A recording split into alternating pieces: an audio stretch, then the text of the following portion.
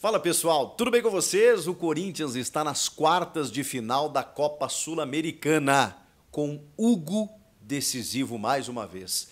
3 penalidades e olha, salvando 2 match points do Bragantino e teve a virada do Bragabu durante o jogo. O Corinthians começa bem, sai na frente, toma uma virada e leva para os pênaltis, algo que a gente precisa falar, mas aí no final brilhou a estrela do novo goleiro e talvez o novo ídolo da nação corintiana. Chega mais, eu sou o Chico Garcia, inscreva-se no canal e vamos juntos!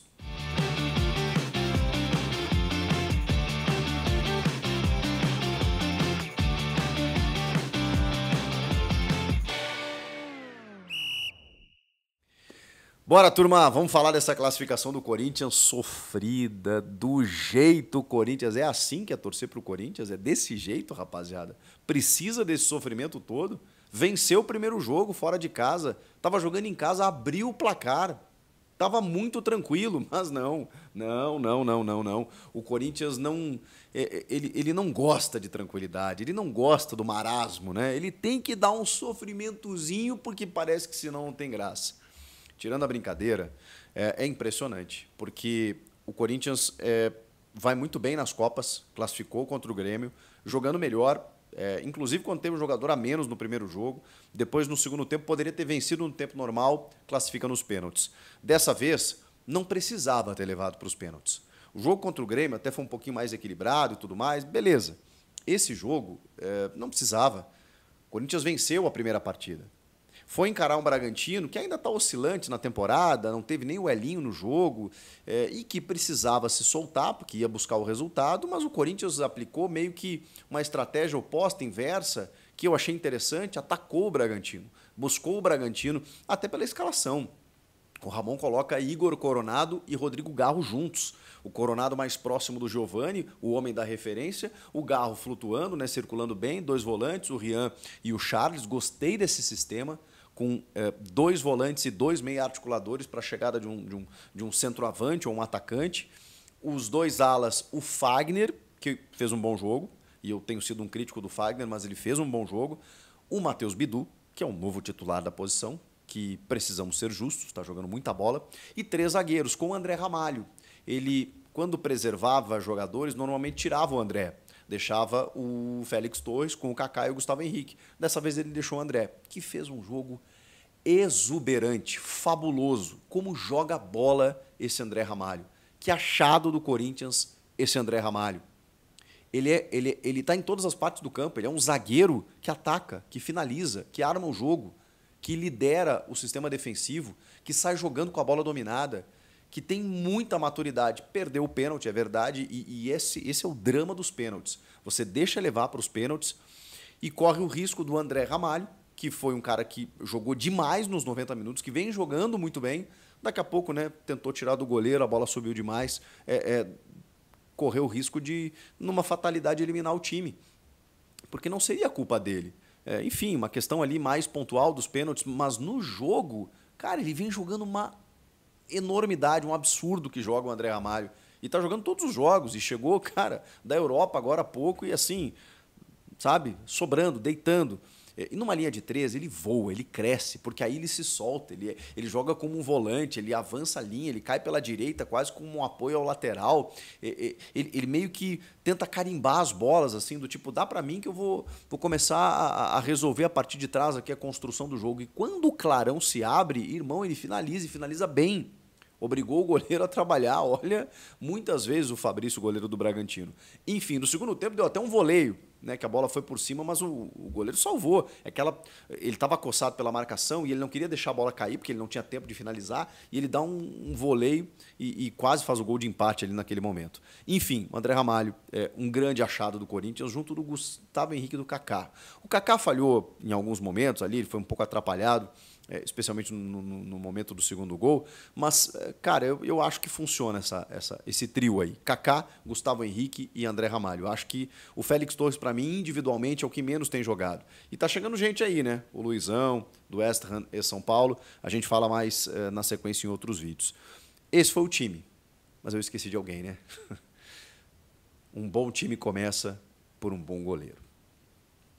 Senhoras e senhores, Hugo Souza nasceu para vestir e jogar no Corinthians. É muito louco isso, cara. Porque ele, acho que quis o destino que ele começasse no Flamengo. Mas a vida dele, a missão dele, a meta dele, a sina dele era ser Corinthians. Porque ele é muito Corinthians. Você vê na cara dele o jeito de jogar, o jeito que ele defende o Corinthians, como ele quer dar certo no Corinthians, como ele quer ser contratado pelo Corinthians, como ele quer fazer história no Corinthians. Ele abraçou o Corinthians e essa oportunidade de uma forma comovente, de uma forma que poucas vezes a gente viu.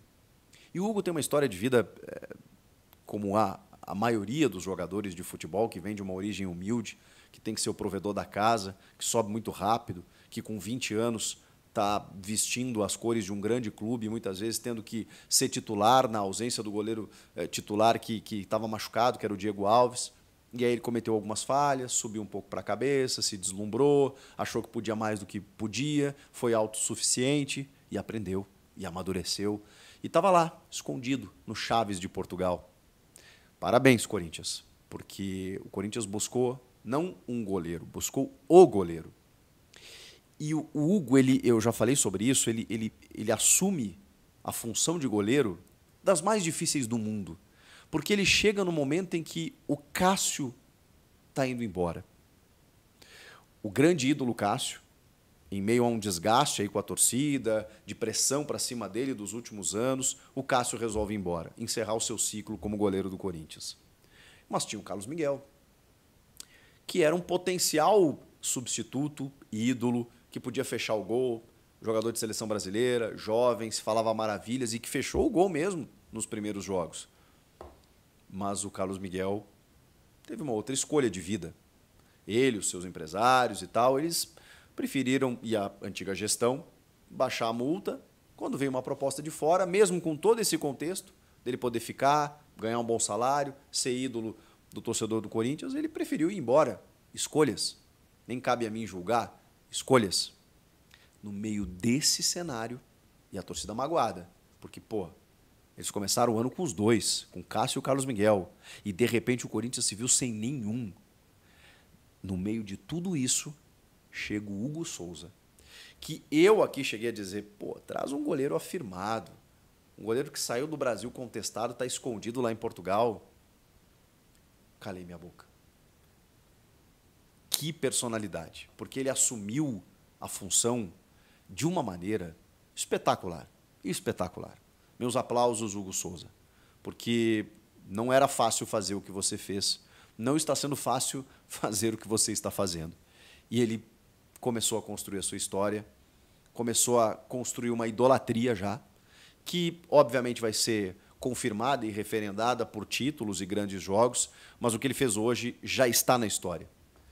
O Hugo Souza, no meio de tudo isso, pegou 3 penalidades, quando o Bragantino tinha 2 possibilidades de fechar a série, de converter o pênalti e acabar a disputa. Pois ele foi lá e pegou os 2 pênaltis. E pegou um terceiro e classificou o time. Inacreditável. Hugo Souza, senhoras e senhores, que durante o jogo já tinha pegado muito. E aí vai para os pênaltis e ele resolve, ele decide. E ele tem sido o melhor jogador do time, junto do Rodrigo Garro, do André Ramalho, mas o Hugo tem resolvido. Que goleiro o Corinthians contratou. Mas assim acertou na mosca. Parabéns para quem contratou, mas tem que comprar. Eu vou falar sobre isso no outro vídeo. Falando sobre o jogo, o Corinthians, como eu disse, até pela escalação, atacou o Bragantino. E aí, cara, o Fagner dá um lançamento para o Matheus Bidu, que ele chuta, o goleiro espalma. O Corinthians começa a frequentar a área, o Coronado dando tapa aqui e ali, aparecendo muito bem. De repente, o Garro pega uma bola e o Garro tem isso, né? Ele chuta. Como é bom um cara que chuta gol. Porque se você chuta, pode desviar e alguém enganar o goleiro, pode bater na trave e entrar, pode o goleiro tomar um frango, tudo pode acontecer. Se você não chutar, pô, aí não acontece mesmo. Né? Te contar essa novidade aí. Se você chuta pro gol, algo pode acontecer. E o Garro chuta. Ele chutou e abriu o placar, o Corinthians aumentou a vantagem que tinha. E muita gente cogitava até que o Corinthians ali poderia começar a preservar jogadores pensando no Fortaleza pelo Brasileiro, porque estava tudo encaminhado. Vem o segundo tempo,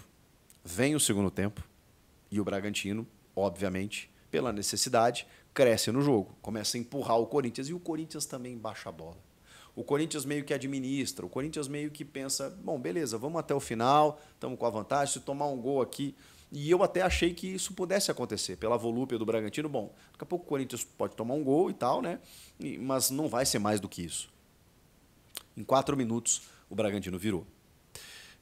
Começou a frequentar muito a área, o André Ramalho espana uma bola de cabeça e o Sacha, que é um bom atacante, é um atacante que tem muitos gols, ele está sempre fazendo gol, desferiu um chute na meia-lua, no cantinho, e o Hugo estava até encoberto, assim, com muita gente na frente, não conseguiu buscar. Na sequência, o Bragantino em cima, o Hugo fazendo milagre, fazendo defesa aqui, a defesa afastando e não sei o quê, bola aérea, o Luan Cândido cabeceia no contrapé do Hugo, 2-1. Aí a gente está falando de 30 minutos do segundo tempo. 30 do segundo tempo, o Bragantino em cima, fazendo 2-1 na Neoquímica Arena de virada, levando o jogo para os pênaltis. E poderia o Bragantino fazer o terceiro, por que não? O Corinthians se lançou ao ataque, meio que numa pressão, numa abafa, tentou fazer o empate e não conseguiu. Pênaltis. E aí, gente? E aí que o Bragantino, quando o André Ramalho perde a penalidade, que acho que é o segundo ou terceiro pênalti, acho que é o segundo, na última bola, bastava o Gustavinho fazer o gol. E aí que entra o Hugo Souza na sua grandiosidade. Porque não é que ele pegou o pênaltis na disputa de pênaltis. O Cássio também pegava, pelo menos uma. Uma batida ele pegava. O Hugo pega o pênalti, que era o da classificação do Bragantino. Era o chamado match point. Faz e acaba. O cara chutou no cantinho, um canto que ele estava tentando. Ele foi 2, 3 vezes naquele canto. Depois ele tentou inverter. O Gustavinho foi lá, chutou no cantinho e ele foi buscar. Explosão na Neoquímica Arena. No último pênalti, o Hugo deixou tudo igual. Vamos para as séries alternadas. Aí é o seguinte, quem errar e converter, né, você avança. Bastava o Corinthians fazer o seu gol, para depois, né, jogar a responsabilidade para o outro lado. O Rian vai lá e perde o pênalti. O Hugo faz o mais difícil, que é pegar a última bola. O Rian vai lá e perde o pênalti. O que o Hugo faz? Pega de novo. O Hugo vai lá e pega de novo. Cara, que loucura. Ele não pegou uma nem duas para resolver. Ele não pegou só uma, ele pegou 2 vezes quando o Bragantino estava para resolver o jogo. Ele pegou o match point, ele pegou de novo, e aí o Gustavo Henrique faz o gol e não bastasse, não satisfeito, ele foi lá e pegou o terceiro. E classificou o Corinthians. Que história, Hugo Souza? O total responsável por essa classificação de um Corinthians que apagou durante alguns minutos, tomou uma virada do Bragantino numa classificação que parecia tranquila e encaminhada, mas nas mãos do seu grande goleiro e também de ótimas atuações que a gente teve ao longo dos 90 minutos, mas especialmente nas mãos do goleiro, o Corinthians está nas quartas de final da Copa Sul-Americana. E aí, bom, aí tudo pode acontecer, gente, porque é um Corinthians que está ganhando casca, que está encorpando, que está trazendo reforços, que esses jogadores estão entendendo o que é estar no clube, entendendo o que é essa torcida, a representatividade. O brasileiro é um capítulo à parte, que não pode ser esquecido e que precisa ser resolvido. Mas é visível que para conquistar as vitórias ou as classificações que o Corinthians tem conquistado nas Copas, é porque tem alguma coisa ali. Tem um time sendo formado. Pode ser até que os louros sejam colhidos no ano que vem. Eu não sei até quando o Corinthians vai na Sul-Americana ou na Copa do Brasil, mas tem condições de avançar. Está fazendo isso com muita entrega, com organização, mesmo com o pouco tempo do Ramon Dias, e com jogadores que individualmente, alguns que chegaram, estão dando conta do recado. Tem alguns questionamentos aqui, né? O Pedro Henrique de novo entrou, teve problemas, o Wesley também não conseguiu ser, até converteu o pênalti, né? O Pedro Henrique também, mas eles não conseguiram serem efetivos, né? no campo de ataque, no campo ofensivo. O Giovani acho que foi um cara que hoje cumpriu, mas aí tem o Héctor Hernandes para chegar, tem o Martínez no meio, tem o próprio Luizão na defesa, tem outras situações para acontecer, para que o Ramon consiga encontrar um time e, dando atenção para o brasileiro, nas Copas, cara, não sei até onde esse Corinthians pode ir. O curioso caso do Corinthians de Ramon, que sofre no Brasileiro, mas nas Copas derruba quem vier pela frente. Quem duvidar é doido. E Hugo, parabéns. Comenta aqui, inscreva-se no canal. Eu volto na próxima. Tchau!